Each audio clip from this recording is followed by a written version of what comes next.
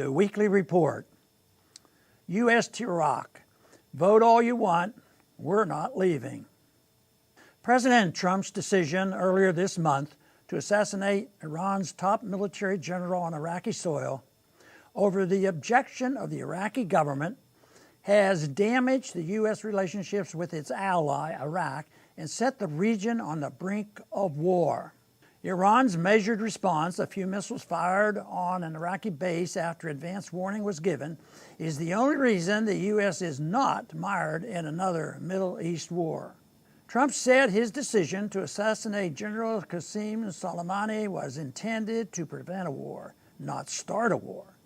But no one in his right mind would think that killing another country's top military leader would not leave that country annoyed, to say the least.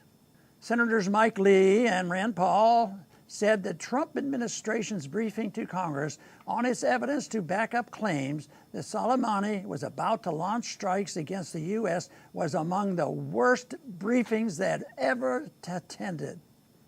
After initially claiming that Soleimani had to be taken out immediately because of imminent attacks he was launching against the U.S., Trump administration officials, including Secretary of State Pompeo and Defense Secretary Esper, have been busy walking back those claims. Esper claimed over the weekend that he had not seen the intelligence suggesting an attack on U.S. embassies was in the works. If the Secretary of Defense did not see the intelligence, then who did? No doubt the Iraqi leadership recognized these kinds of deceptions. The same kinds of lies were used to push the U.S. into attacking their own country in 2003. So it should not have come as a big surprise that the Iraqi government met last week and voted that all foreign military personnel should leave Iraqi soil. Then a funny thing happened when the Iraqi Prime Minister attempted to communicate to the U.S. government the will of the Iraqi people through their democratically elected officials. On Thursday, Iraqi Prime Minister Mahdi phoned Pompeo to urgently request that Washington enact a U.S. troop withdrawal mechanism in Iraq. American troops are in Iraq by invitation of the Iraqi government, and the Iraqi government had just voted to revoke that invitation.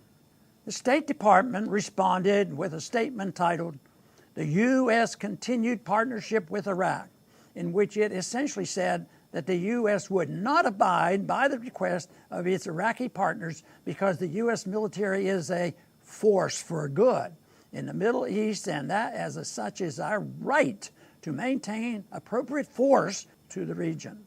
The U.S. invaded Iraq based on the Bush administration lies, and 1 million Iraqis died as a result.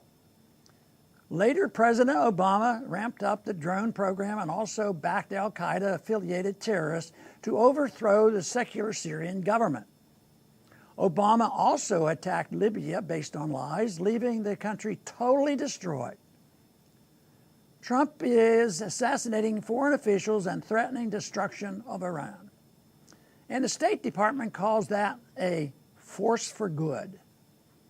The United States can be a true force for good, however, end the military occupation of the Middle East, end foreign military, and stop using the CIA to overthrow governments.